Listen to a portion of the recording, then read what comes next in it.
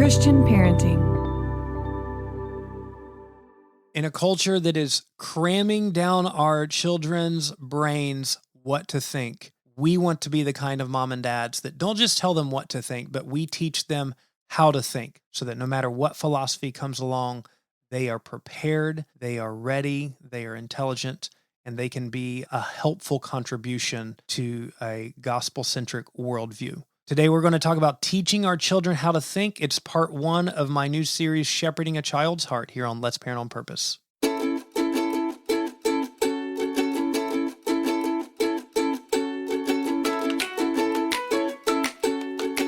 Whatever conflict you can turn into a conversation is an evidence of wisdom. Whatever conversation you can turn into a conflict is an evidence of foolishness.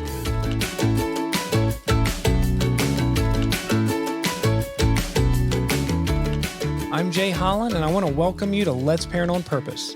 This is a podcast for parents who want to thrive and not just survive their parenting years. Each week, I'll bring you an insight or an interview that will help strengthen your marriage, your parenting skills, or your personal walk with Jesus. If you like what you hear, you can subscribe, share it with your friends. Go to letsparentonpurpose.com for more details. And if you really like it, you can sign up for my Things for Thursday email and get a copy of my Fun Family Conversations ebook by texting the word THINGS, THINGS, to 66866.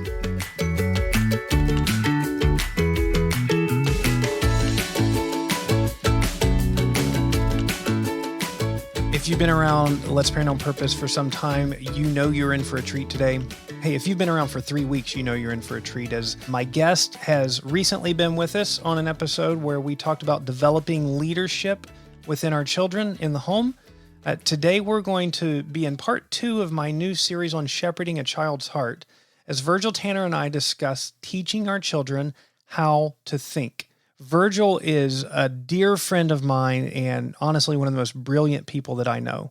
He and his wife, Joy, currently live overseas. He's the strategy and global operations leader for a nonprofit with hundreds of staff scattered throughout the world. His family has lived on 3 different continents. They've been married for 20 years. Virgil and I have a conversation that just really helps sharpen the need that we have for not just giving our children answers, but equipping them for how to look at a situation, how to see it through the lens of the gospel, and then how to speak peace into it. I especially love towards the end of our conversation where Virgil talks about creating conversations and not conflict. You're going to want to stay around and listen for that because it's helpful not just as your kids are going to be out in an extremely hostile world, but even within the house. How do we resolve things? How do we go from conflict to conversations? So without further ado, enjoy this. And if you like it, you can check out Virgil's YouTube channel. I'll put that in the show notes. And hey, just thank you for listening. If you like this, you can be a part of the Patreon community that makes this continue to happen. You can find out about that at letsparentonpurpose.com. There's a little button in the top that says give or donate. You can find out right there. Enjoy this conversation, be challenged by it, and then I encourage you, do something with it as you walk away. Here's my conversation with Virgil Tanner.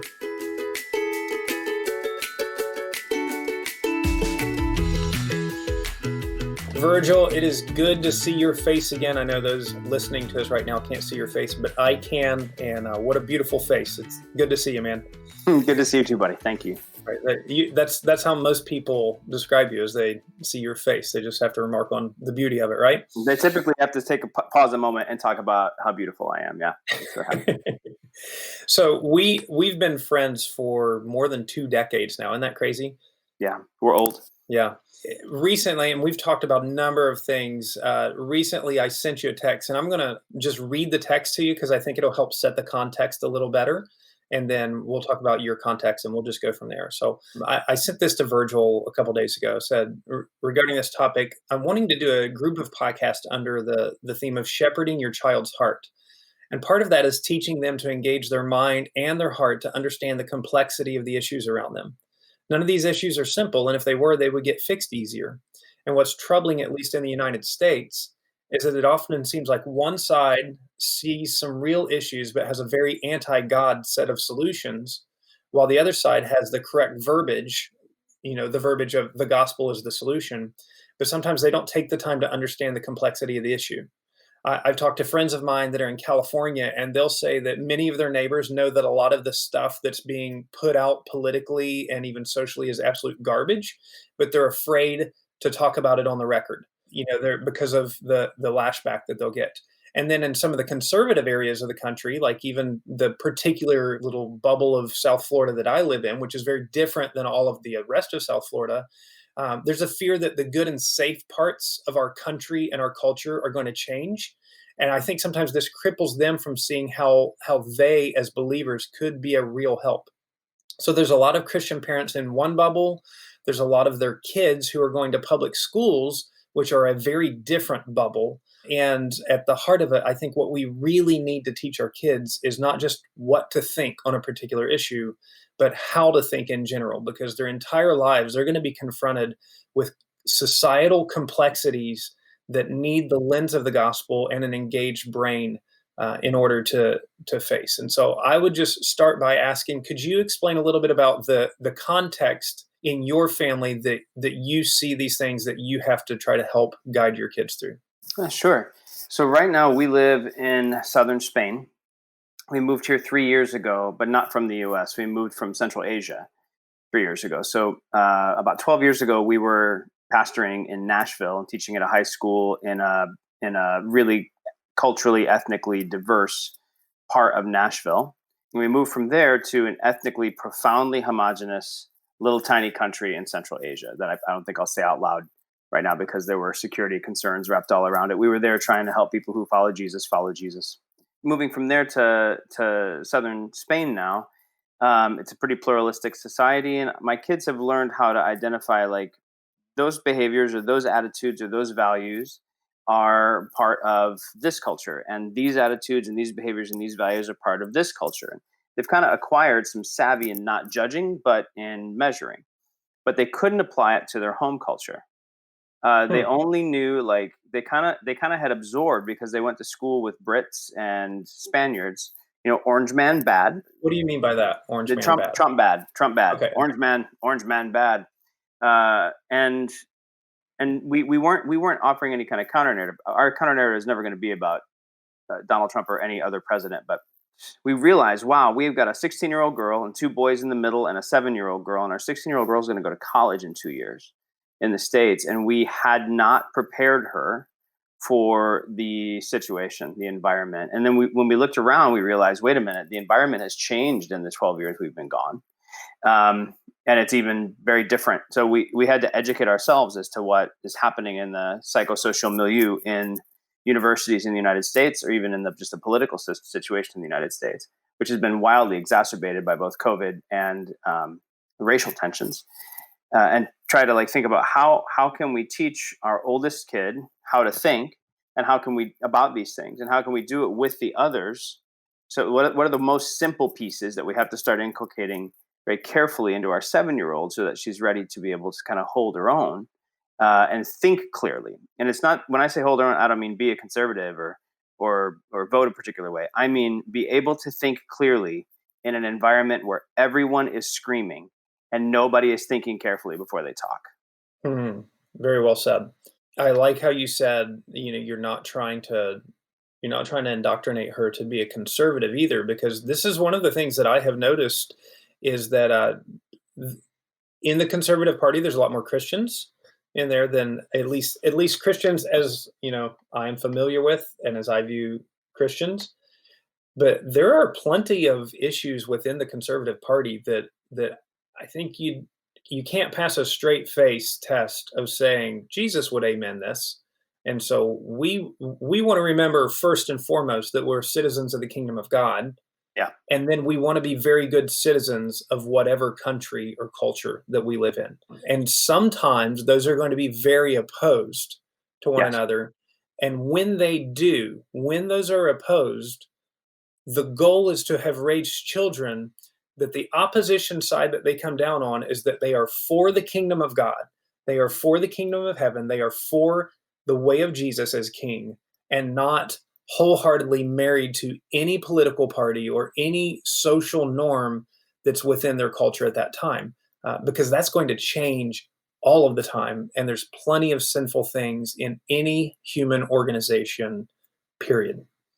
I love the way that you said that, and I think I love the fact. One thing I love maybe more than anything else is the fact that the word "against" didn't appear anywhere in that. Like they're for the king. If they have to not obey the law, because we in the last country we lived in, we had to not obey the law regularly in order to follow Jesus. Um, if they have to not obey the law, it's because they're for the kingdom and not because they are against their neighbor.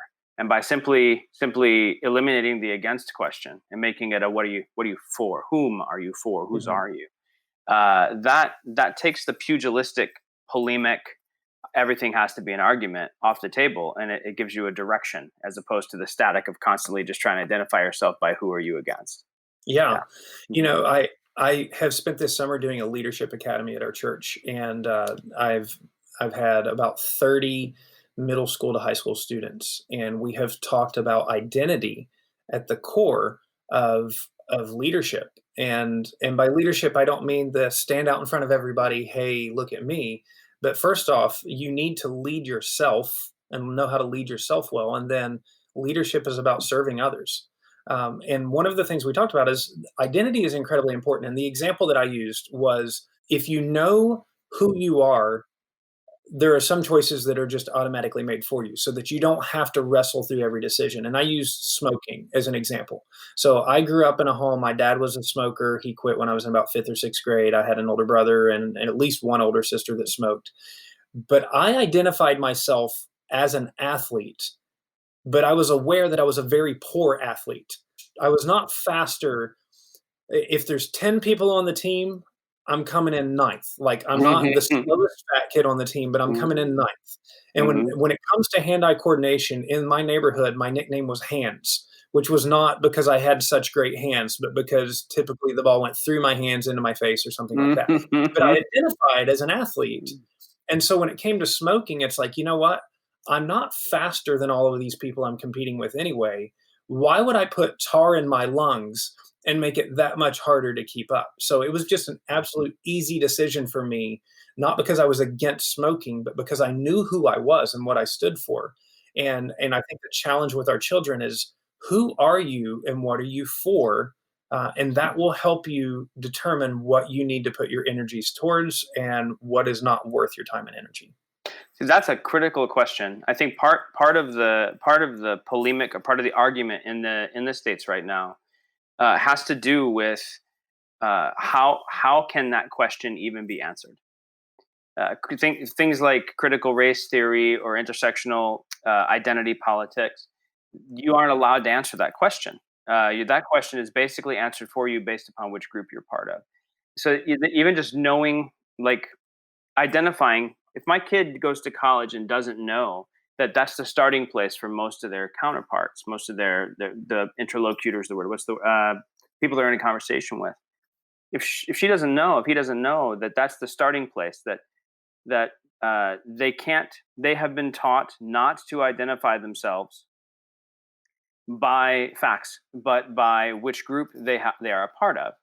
Um, it's impossible to actually you can't have a conversation. It's terribly disempowering because you don't get to start from I'm who I am and I'm going to do a thing.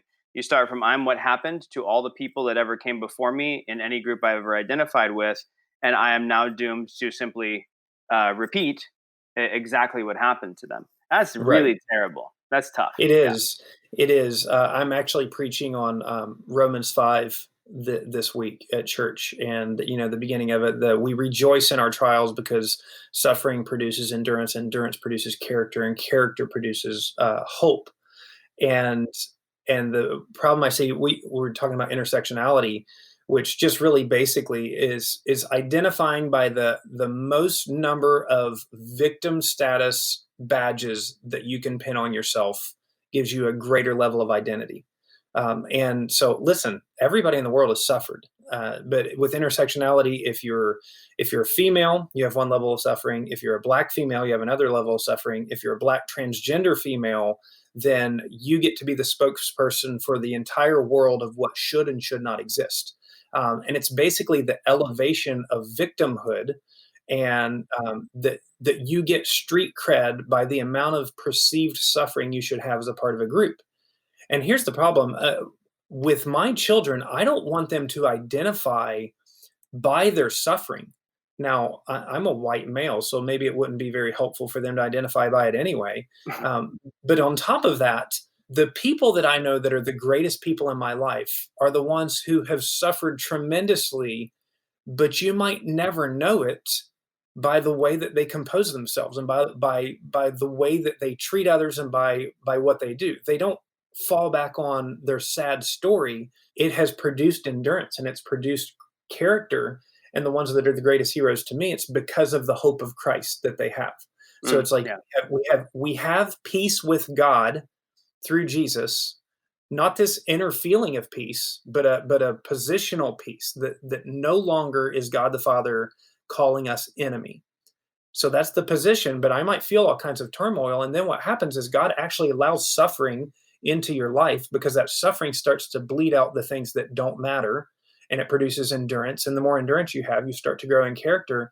And then finally, as character develops, you become this person of inner peace because your hope is set on the grace of God, not on circumstances finally going right. And one of my major concerns with intersectionality and all of these things is we are elevating victimhood, minimizing personal responsibility. And it's going like there is no end to it, Virgil. There is no end to like you think that you're on the top of the heap because of the amount of victim badges that you have. Wait for the wind to change 6 minutes from now, and it's all going to topple on top of you. So it's a terrible way to try to live a society, and I think we're gonna see that fallout. But we get to help raise children that are grounded in truth, that are grounded in God's truth, and not that they're going to be able to articulate everything that we just said to their friends or that their friends would matter, but they'll be able to live it, hopefully. And at some Yeah. point, that's going to give them tremendous credibility in this culture. I hope so. I really do. What when we started, you had me mention where we live and that we're trying to raise third culture kids because we live in a third or fourth culture. The angle we're trying to take with them on issues like this is kind of an apostolic angle, and we mean that a couple different ways. So it's an apostolic angle. There are other ways to think about this. We don't claim to have some kind of monopoly on clear thinking about this. But when we say apostolic, we kind of mean we want to carefully, intentionally bring the scriptures to bear on the question. But the other way we mean apostolic is we mean multicultural. We mean like apostles in the New Testament. We cross borders and we try to carry the gospel whole and intact into cross cultural situations. And to do that, we have to understand what makes those cultures work, right? So there's a guy named Hofstede. He's a anthropologist. And he came up with these dimensions, Hofstede's dimensions of culture. They're ubiquitous in anthropology. Everyone knows about them. And everyone has kind of touched them. They've interacted with them some, but they might not have been conscious of it that they were. So like people joke about how people from different cultures will stand closer or farther away. Like the Mexican will want to stand close to the German and the German will keep backing up. And if you wait long enough, the Mexican will have chased the German all the way around the room, That's one of the dimensions is how personal the space is, right? Mm-hmm. Another dimension is the individualism collectivism continuum. Mm-hmm. So do I identify primarily as an individual or do I identify primarily as a member of a group? This isn't a conscious choice that people make. This is how the culture that they live in raises them. And the culture that they live in raises them because that particular strategy made it possible to survive where they were. So in the United States, you're a pioneer. You're living in a dugout with a sod roof. It's just you and your wife and whichever kids you haven't buried yet. Rugged individualism is rewarded by survival, right? In Central Asia, no one can survive by themselves because another tribe will just eat you, just mow you down, take all your sheep. So what happens to the group is what happens to you. And the only way to survive is to make sure the group survives, right? So these cultures kind of they take shape in particular settings, and the value of survival is what drives that. So I can understand intersectionality. I can understand part of intersectionality as a corrective or as a reaction to the individualism, the unconscious, simply assumed individualism of the United States. Because for individualism to work, you either have to have an enormous amount of land that you can make produce, or you have to have enough money that you can do something that you want to do, Right. or there has to be a job available. So in situations where that isn't the case, and there are many reasons why that isn't the case, and it isn't just because somebody else has all the money and won't give it to you. The identity of the group becomes a little bit more important than the identity of the individual, because only the group can survive. And the individual survives if the group does. So when I'm teaching my kids about this, my daughter, I'm trying to say to her, you remember in Central Asia, it was a we culture, not an I culture. And you remember in the Bible that there are a lot of places where the command can only be obeyed by the we, right? Like, I want you to know the length and breadth and depth and height, and to know with all the saints the love of Christ. So this fundamental experience that without it we don't grow can only be done with all the saints, with the whole group that is the us, right? So there are some things that it's true that only the group can do, and it's only because you're part of the group that it's true of you. There are other things that only the individual can do, like repent, Right. or believe, or obey. That only the individual can do, and the individual will be judged for that, right? So trying to help them see that this is what's troubling is, well, what's not troubling in this conversation. But one of the things we're noticing from over here as we look across the pond is people on the left are yelling group identity, group identity, group identity. People on the right are yelling individual responsibility, individual responsibility, individual responsibility. The church should be able to say, yeah, it's both of these things. Mm-hmm. But and I don't want to monologue for a long time here, but there's one other Hofstadter's dimensions that's being bent a little bit. So there's individual collectivism, but then there's also power distance, right? So power distance is defined by this. It's defined like this: if somebody has more power than somebody else, and the person who has less power thinks that's appropriate, that is the power distance of that culture. So in the United States, there's very little difference of power that's tolerated. Where in Central Asia, where I lived, there is massive differential of power is tolerated, and a great deal is expected of the leaders. In Spain, it's somewhere in the middle between those two. Socialism and Marxism has defined the whole universe in terms of who has power and who doesn't. So instead of taking the world and splitting it in half between the individualists and the collectivists on the left and right, they have taken the world and split it in half vertically. The people who have power and the people who don't. And the haves only have because they took it from the have-nots. And the have-nots will only become the haves if they take it from the haves and push them down, right? So if you blend those two ideas, you're limited to, you can only conclude that I belong to a group, and this group is defined by who it's under, right? And that's where intersectionality, that's the only place intersectionality can land. And that, I think that comes from noticing that there are dynamics in cultures, but being too naive to notice that that isn't the only dynamic that's happening, right? Because sometimes the haves have because they worked hard. And sometimes the have-nots have not because they didn't. There are a million reasons why the haves and the have-nots could be the haves and the have-nots. That's something we're trying to help our kids kind of understand is folks are identifying something that's true. There is a disparity between the wealthy and the poor. But that doesn't necessarily mean all the things that people say that means. Right. That requires a little bit more careful and wise inquiry.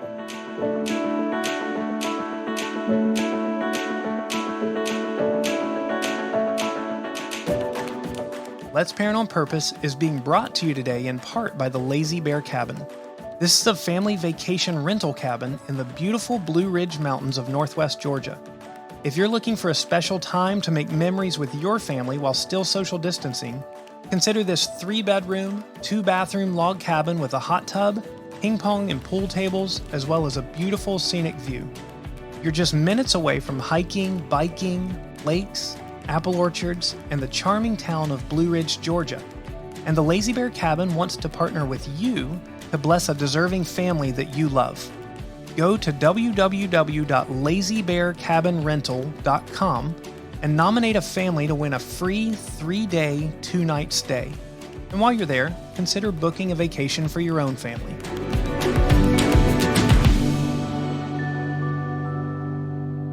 one of the words that you used a few times in there, and I've heard you use when we were talking about feelings and emotions, is just simply the word notice.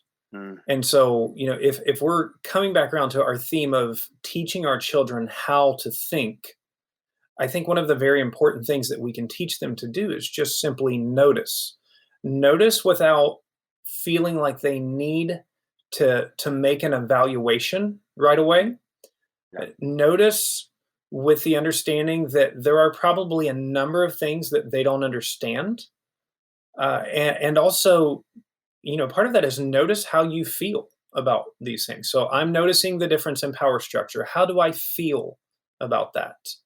And then from that, why do I feel? Because as you said in a previous podcast that I'll link in the show notes that I can't remember the name of, our feelings are important.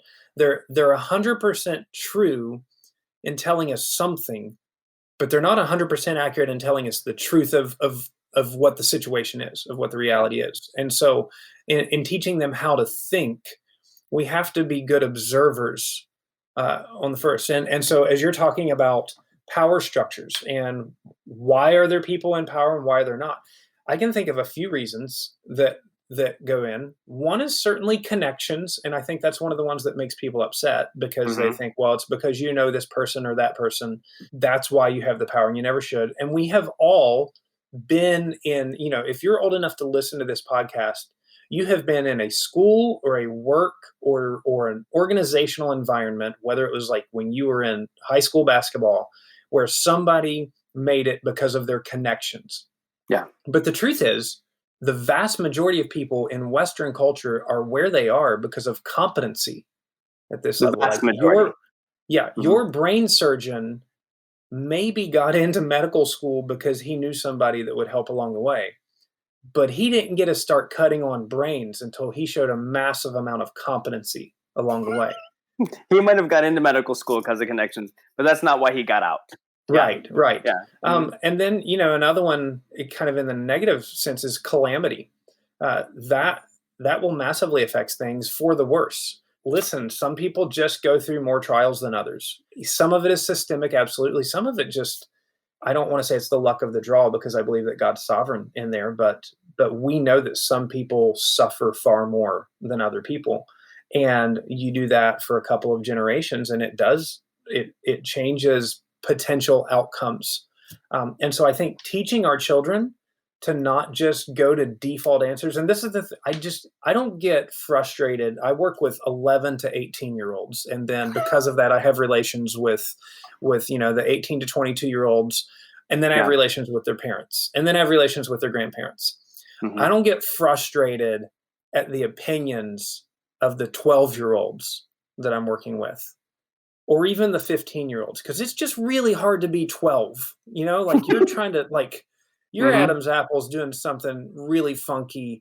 You're not going to be able to properly evaluate all of the world systems and structures. I get very frustrated when the moms and dads just shut off their brain and default to opinion without ever thinking that there might be more to the story than what there is, because it's just not from a missionary standpoint of I am in the United States. It is not a Christian nation. Nope.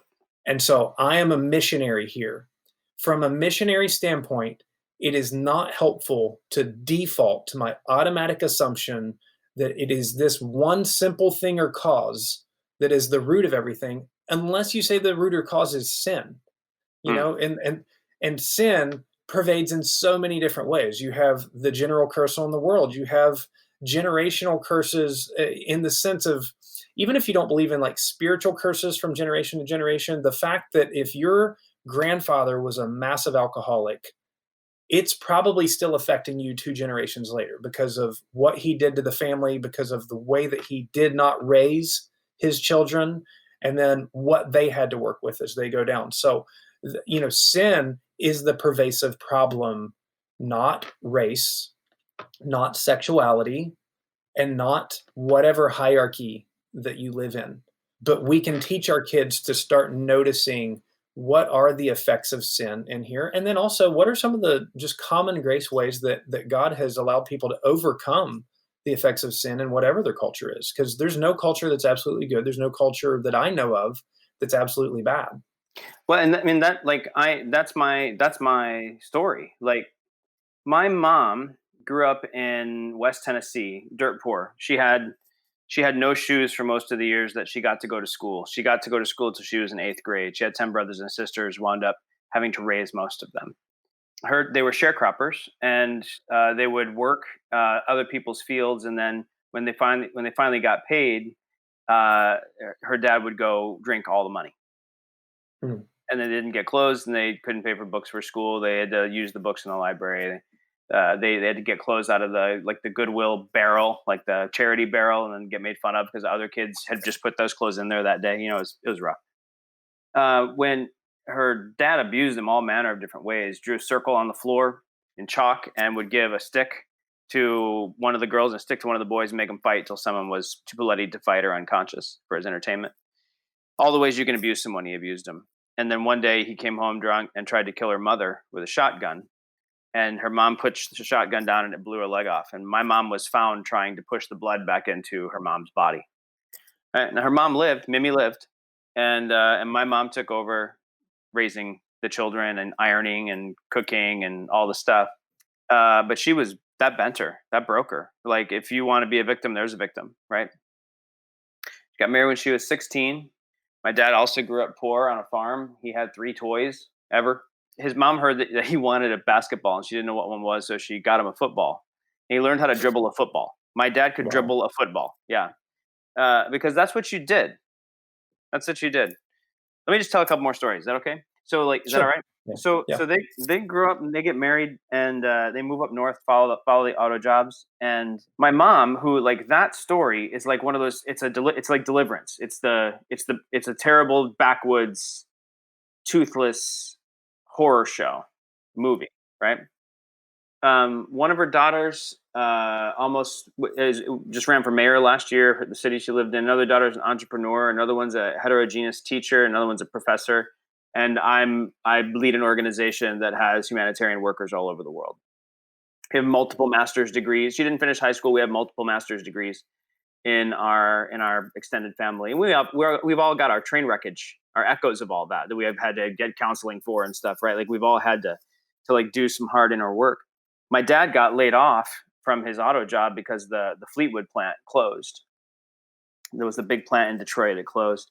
My dad got laid off, and so he worked these odd jobs to put food on the table because that's what you do, you know. Yeah. And then one day he heard that another plant was opening up, and he went over and they said, well, we were only hiring pipe fitters. My dad wasn't a pipe fitter. He said, I'm a pipe fitter. And they said, you're a pipe fitter? And he's like, yeah. So we'll come back tomorrow and take the test. And he goes, the test, huh? I said, yeah, the pipe fitting test. Come back tomorrow and take the pipe fitting test. So he came home, he put all of us in the car, drove us to the Trenton Library, which is like a tiny library the size of a small house. And we got all the books on pipe fitting, and he locked himself in the basement and he taught himself to pipe fit in a night. Went Wow. and he took the test, and he's gonna get a job and put food on the table, right? Mm-hmm. So my dad was never able to have an emotional conversation with me. But tell you what, if you don't want to be poor in the United States, you have to do 3 things. You have to graduate high school, you have to not have kids until you're married, and you have to get a job, any job. If you do those 3 things, there's less than a 1% chance that you will be under the poverty line for any significant Wow. portion of your life. Yeah, people suffer, Mm. and some people decide to turn it around. Proverbs 31, I want to stand up and call my mom blessed, because, man, she was a train wreck. But let me tell you what, she knew how to turn the momentum of her wreckage to the well-being of her children, and she did it. And she led a neighborhood to the Lord. 2 generations of kids she led to Jesus in that neighborhood. Unbelievable. Yeah, right? She should have been, according to intersectional whatever, she should have been nothing. She should have had to wait for somebody to swoop in and save her. Save the day. Yeah. And yeah, and it doesn't You know- happen. And now, as a believer, it shouldn't it? Yeah. Like, there should be people along the way that notice what's going on and step in. And I would imagine on some level there must have been in there. Like, Jesus had to get into that story somewhere, from that wickedly abusive father down to you guys. Her mama sang hymns to her and always had the preacher on the radio all the time, down in the sticks. In any meaningful form of Marxist socialism, which is all of the kinds of socialism that are being discussed in the United States, whether people know they're discussing them or not. This is like a central question. Is what you just mentioned. The problem is sin, and people locate it in someplace.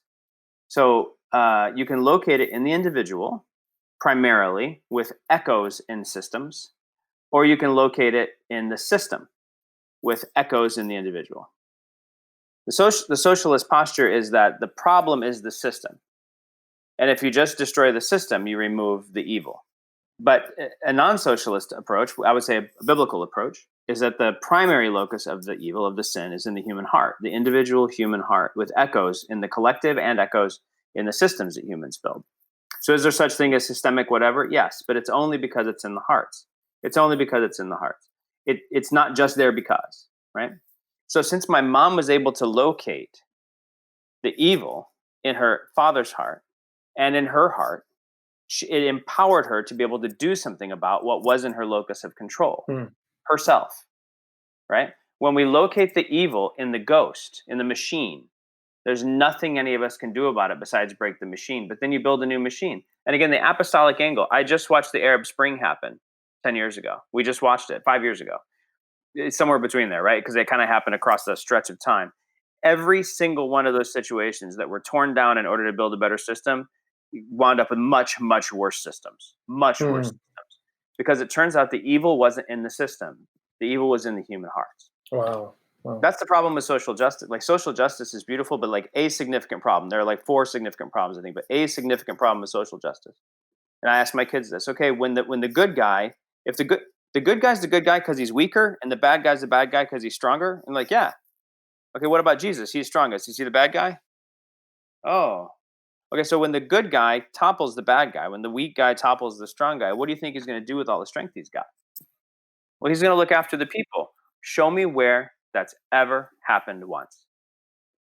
It never, ever has happened. So part of biblical wisdom is asking our children to observe the world as it's really happened and to be realists, you know? Thank you for sharing that. I those are hard things to share. You're saying it never happens, but we keep writing it into our movies over and over and over again. There is a longing in our heart for it to happen.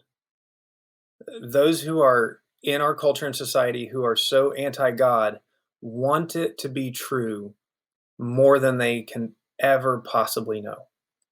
Eternity is written on our hearts. Justice is written in our hearts. The problem is justice outside of God is just simply revenge. It's not justice. It's doing unto others worse than they've done to you. So I think this is a conversation that moms and dads need to hear. And I think that those listening will have really enjoyed hearing. I'm thinking, though, back to if I'm a parent and I'm saying, man, I amen everything that you guys said that I actually could follow and understand, but I want to now know what can I practice? Can you just simply tell me? I know there's not a formula. If I do these 5 things, then my kids will think correctly. But I've got kids, and I do want to teach them how to think. How can I do it? What can you give me something meaty that I can chew on and at least try to put into some form of action at some point? Yeah. So there are several big problems that I'm trying to prepare my 16-year-old to be able to wade into when she goes back. But they kind of boil into a few categories. Like, one of them is, where do I locate responsibility? Right? We were talking about that. Like, is the evil in the system, or is the evil in my heart? Who has the power to change it? Is it the system, or is it the individual? Right?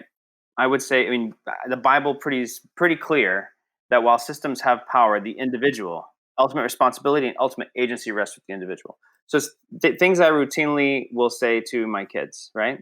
When they're like, I didn't feed the dog because my brother was yelling at me and I got distracted and he's always mean and he does this stuff. You're like, okay, so you are not a victim. You're not a victim. Something may have happened to you, but you're not a victim. You have agency. So you're yelling because you're upset and because you've chosen not to control yourself. I understand why you're upset. It's because your brother did these things.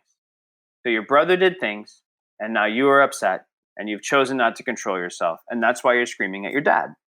Do you want to be screaming at your dad? Right? So if just divorcing them as much as possible from the idea that their actions are necessarily the consequence of someone else's actions. That Mm-mm. they have agency, right? That's one I think very important thing. For us, the second important thing is teaching our kids that America doesn't suck. Like America is not a bad place. I think and that might not be an issue for your audience. But I think that, like, without becoming ethnocentric and thinking that you are better because you are an American, it is valuable to remember that the United States is the only nation ever to be founded on values and not on Mm. ethnicity. Yeah. Uh, Wow. that this is the most prosperous, most just, most free, least racist country in the history of the world. Slavery was abolished in Sudan in 1925. The word for a black person in most dialects of Arabic is slave. Like, United States is not the most racist place in the world. There are slaves in Spain right now, thousands of them, black Mm. African slaves, unable to escape their indentured servitude. The police know about it and do nothing. Mm. Like, slavery is horrible. It's horrible. And the United States is actually way ahead of most of the world on dealing with it. Mm. I just had this conversation today with my daughter who just graduated. The ideals that the United States was founded on have always been ahead of the practice of those ideals. You know, the founding documents, and yeah, they did. Let's be honest. In the original Constitution, before it was amended, slaves were what, 3/5 of a person. That was wrong, and that was bad. But when you look at the documents as a whole, when you look at the intent as a whole, I mean, there's something there was prescribed within those original documents, within the Declaration of Independence, is the answer for the injustice in the Constitution of the 3/5 rule. You know, Yeah. all men are created equal was the founding principle of this nation, Yeah. and we've been working to modify that since. So the ideals are incredible. The practice of it, we're still working it out because we've yet to have a sinless generation. And until we do, we're going to be working it out perpetually. It doesn't mean that you tear down the ideals. Yeah. Yeah. That's true. That's true. That's very good. Yeah. So you have agency and you're not a victim. If something bad happens to you, you're a victim, but, like, that's still not your central identity. You have agency. If you want that thing to continually be happening to you for the rest of your life, either because you're only living in the memory of that, or you're attracting that event to yourself again through destructive behavior, like, just keep saying you're a victim. But you're not a victim. You have agency. America is not terrible. Conversations, not conflicts. Whatever conflict you can turn into a conversation is an evidence of wisdom. Whatever conversation you can turn into a conflict is an evidence of foolishness. Can you say that again? Yeah, whatever conflict you can turn into a conversation is evidence of wisdom, right? Because the wisdom from above is first peaceable and meek and full of good fruit and easy to approach, right? That's what James says. So conflict you can turn into a conversation is evidence of wisdom. A conversation you turn into a conflict is evidence of foolishness, Hmm. right? And conversations have some things in common. If you win a conversation, it wasn't a conversation, it was a conflict, right? If there's a winner and a Yeah. loser at the end of a conversation, it wasn't a conversation. If anyone's yelling, it's not a conversation. And if you don't have as many questions as you have answers, it's not a conversation, right? Because, like, a conversation is inhabited by curiosity. You really want to try to understand the other person. Like, imagine this for a moment, Jay. And remember when we lived in Nashville and we were part of that group of pastors that prayed? Hmm. And there were, I don't know if when you lived in Nashville this is the case, but there was a long stretch where it was only half white and the rest were, like, Hispanic, Arab, Korean, Caribbean black, and, like, he called himself normal black. Pastor John from St. John's Missionary Baptist Church, normal black. If imagine what would happen if Pastor John from St. John's Missionary Baptist Church and one of the other guys, Sim from First Baptist Nashville or Antioch, were to have all their people come to an auditorium and sit down on the stage in front and say, okay, Pastor John from St. John's Missionary Baptist Church, what do you think is happening in the inner city in Nashville? What do you think is the primary problem? What are first order problems? What are second order problems? And Pastor John talks. And then Sim stands up and instead of rebutting or sharing his opinion, He looks out to the crowd and he says, let me try to say what I just heard. And he says exactly what John says. And he turns to John and says, I appreciate your perspective. And I have not actually thought carefully about these 2 points. Thank you for elucidating that for me. And then John says, Sim, what do you think? And then Sim talks, and then John stands up and says, this is what I think I just heard. And he says everything he thinks Sim said. And he said, do I get that right? Now, thank you for elucidating these two things for me, because I hadn't thought about that. I think I can actually take that home with me, right? And then everybody goes home. No problem solved. But the saints have seen mature believers have a conversation about a central problem that the church is supposed to have the solution for. In the church, there's not supposed to be Jew, Greek, slave, free, barbarian, Scythian, male, female. There's not supposed to be any of that. Christ is supposed to be all and in all. We were supposed to have the solution for this before it ever started. But honestly, the 30%, 60% of getting to the solution is deciding to have a conversation in front of people and modeling a different way of being people in a tight spot. So I think another competency we're really trying to drive into our kids as much as we can is how to have a conversation, not a conflict. There's a bunch of other stuff, but I think those things, you have agency, have a conversation, not a conflict. And the servant of the Lord must not strive, but has to patiently be able to instruct those who are opposing themselves, because it could be that the devil has taken them captive to trick them, right? 2 Timothy. There's a lot. There's so much other noise, right? Like defunding the police and socialism versus capitalism and what is privilege. But I think really, really those things are the things that we're trying to push into our kids. Yeah. And if you push the right things, some of these issues are going to go away really quickly before you have to formulate an answer or opinion to, because it's just the flavor of the half week. And then some of them are going to stick around for some time, and the logical absurdity is going to hopefully become evident to all. And then some of them, like, you're really going to have to answer, but you're going to have to answer well, and you're not going to be able to go into your defaults that just your first triggered response answer. So learning to listen, learning not to strive, learning to listen to others, and then to listen to the heart of God of, Lord, what are you trying to speak to me? It's like when we do marriage counseling with people, or premarital counseling, and we do this with not just marriage, but with people in conflict situations. And you tell them, chew the meat, spit out the bones. If somebody brings some kind of conflict to you, there might be something legitimate in there. And so you want, like, if I disagree with every part of your life, and you come to me and which, hey, I've known a couple people that this is true. It's not too far of a stretch of a hypothetical, but let's say one of them comes to me and says, I've got this problem with you. And they say something. I want to listen and I want to hear it, because even if they're wrong about so many areas, and honestly, even if they're wrong about that particular issue, I want to be the kind of person that can hear from whomever, and the Lord can use that.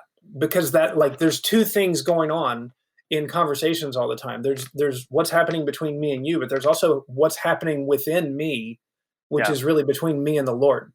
Yeah. And I think that one is so often overlooked, because I'm so worried about getting the conversation right with you, where I come out on top. And so just like, you gave some sneaky good marriage counseling in there about the seeking to be understood. And also, if I win the conversation, it wasn't a conversation, it was a conflict. And so, husbands, you're still listening?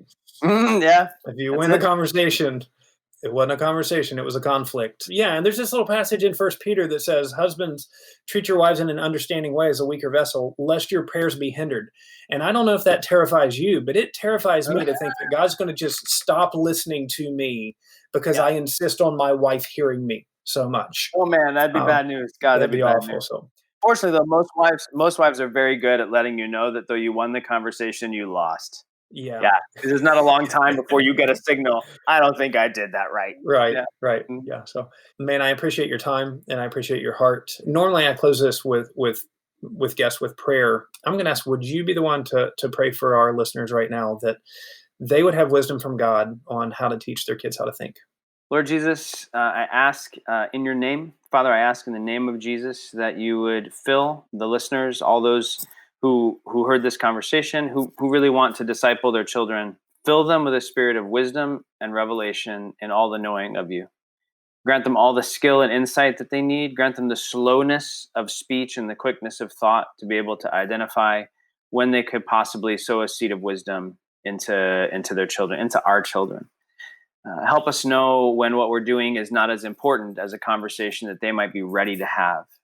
Uncouple us, maybe even a moment before, uncouple our hearts from what was so important to us a moment ago, so that we're actually poised to travel with their imagination into the kinds of conversations that they're ready to have. Help us to raise a righteous generation, a just generation, a generation that does justice, not on the behalf of the poor, or on behalf of the rich, but in the name of Jesus. You can bring peoples to the obedience of faith for the sake of your name, because we believe that when you rule, human beings flourish. Help us, Lord. It is daunting, and we fear failure deeply when it comes to our children. Do not let the fear of failure obscure the hope of strong children at the gate, ready to lead the village when we are done. Amen.